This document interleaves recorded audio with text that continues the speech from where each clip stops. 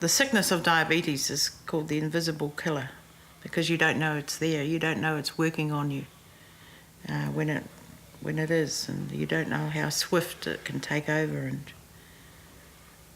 ruin everything else. Ko Annette tētahi o ngā wāhine 200,000 e mōhio ana kua mau te mate huka tuarua. Kei te takiwa o te 100,000 tāngata, kāore I te mōhio. I te wā o te whakahanumi, ko ngā kai katoa kua kāinga, ara ko ngā carbohydrates, ngā proteini me ngā hinu e ki ana ko ngā huka toto. Ka huri te glucose ki roto I te toto, ka huri nei hoki ko ngā kai mo ngā ira o te tāngata.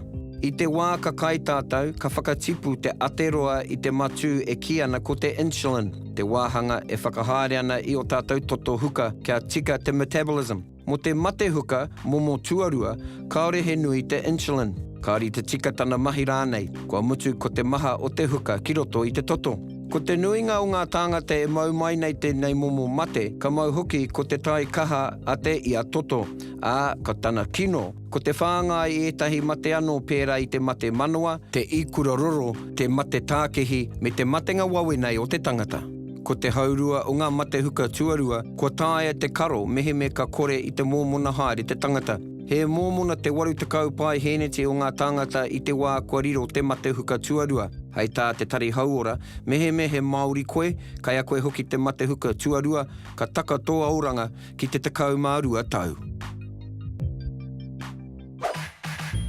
Kia karo I te mauiwi tonutanga o Annette, me mahi dialysis I ngā wā e toru o te wiki, kia mārami te kāpō o ngā karu ko te taha pūtea, me te tūmanako nui kia whai tākehi hou. Existing financially, that's one very important factor.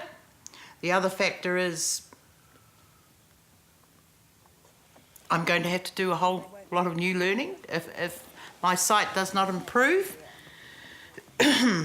I've got to learn Braille and things like that because I won't be just sitting there doing nothing. There's all sorts of factors that come into play, and there are big decisions that have to be thought out and planned, basically. When they come in the morning, we weigh them, we do blood pressures and temperature, and we discuss how much fluid we're going to take off for the amount of time they're on. The time is prescribed by the doctor, 4, 5 or 6 hours, and that's usually worked out according to blood samples that we take. Ko ia te putanga o ngā wāhi satellite, ko ngā nehi ana ke ki reira, ka rekau he tākuta. Ka riro mā ngā nehi ngā mahi a ngā satellites e kawe, ka kōrero hoki rātou ki ngā tākuta. Said that night I did. Oh. Right. A dialysis machine costs $25,000 for the basic machine, and then $3,000 for every module we add to it. So you're talking about when we have what we call a BVM module on it, $28,000 for a machine. So it's not just let's set up a dialysis unit like that. It actually is quite a costly business. We had sausage sizzles, we had champagne breakfast. We went out and sold raffle tickets in the street. I even did my Tina Turner. Oh my gosh, wonderful. I loved it, loved every minute. We had Colin Meads for one breakfast as a guest speaker. So everybody got behind it. Ko tētahi o ngā mahi nui o ngā tākihi, ko te tango I te mimi me ētahi tote mai I te toto, kia puta atu I te tinana I te tangata e mimi ana. Ki te mate haere ngā tākihi, ka riro mā te mihini dialysis e mahi mo ngā tākihi o te tangata. Ka tango te hemodialysis I ngā toenga paru I te toto, ka whakaputahia I te tinana ki roto I tētahi wāhanga tātari e ki ana ko te mihini dialysis, me te whakahoki māmai ki te tinana. I te wāhi tātari, ka rere te toto ki roto I ngā ara e hāngai ana ki ngā kiri uhi, kia tāia I ngā toenga, he paku ake I ngā ira toto, te rere atu. Ka kawea te toto mā ki roto, ka whakahoki ngā wari mai ki te tinana. Ko ia te mahi kaha I te wā o te dialysis, ka whakahokia te toto mā ki te tinana. E rua ngā tūmomo dialysis. Ko te dialysis nei, he whakamā I te toto. Koena te mahi o te tākihi. E ina mate ngā tākihi, me whakamā I te toto me te atu huarahi. Nō reira, tuatahi, ko tētahi mihini. Ka hono koe ki tēnei mihini, ka rere tō toto ki te mihini, mātaua mihini e whakamā te toto. Atu i tērā, ko ia tērā tētai atu wahanga, ka hono ki tō puku wetahi wai, ka huatu wai ki tō puku, ka uru mai nā mea kino, ka tahi ka tangohia taua wai. Ko taua dialysis rā ko te continuous ambulatory peritoneal dialysis. Ka rereke tērā ki tō te mihini.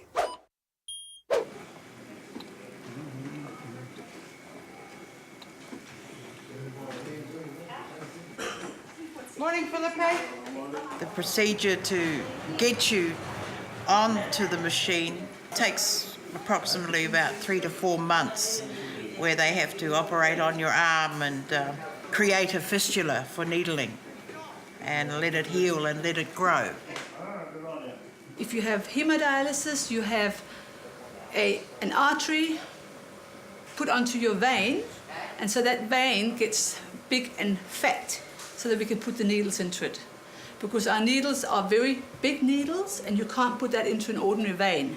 It becomes, it would, as Annette was telling you, blow, because your vein is very narrow, and if you put a big needle in there, you'd go through the walls.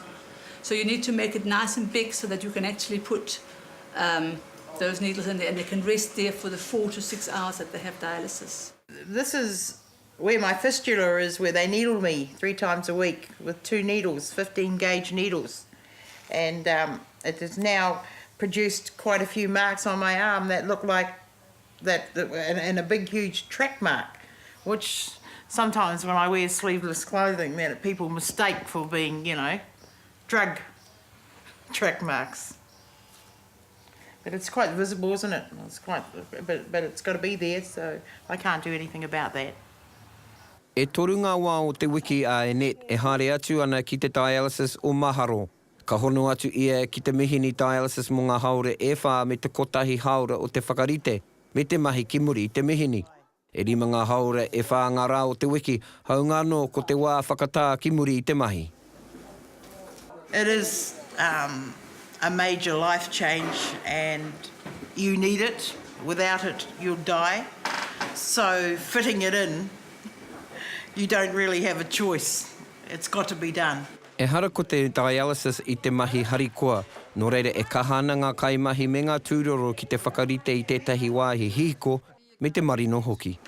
I try and have an atmosphere of whānau, family, they all get to know each other, but at the same time, people who are ill with something like this don't want to be mollycoddled. Because of the aroha and the iawhi and the manaki and the tautoko, it is just a beautiful place to be in when having treatment. Mēnā ka pauri te tangata, ana he pauri anō hoki te wairu.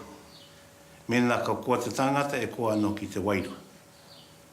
I reira, me kimihia te tahi wā, kia noho pono ai anō hoki e nei wairua. Kia noho i rato i te whakaro kotahi. Ana mā te kōrero anō, ka whai anō hoki te tangata i taua o ritenga. Hello, Peter. I didn't realise you were in already. I just heard your daughter's voice. Everyone's whānau, everyone's family, you know what's going on. They talk to you about your sickness to make you understand. If your levels go haywire, they come and tell you. Ka kōrero nohi ai, mātou ki te whānau, hare mai rā. Kōrero mai rā i ngā taki. Mēnā he taukume, mēnā he taumaha anō hoki e tahi whakaro, kōrero mai. Kaua e riro, ki anoho, ka tahi ka pukuriri mai.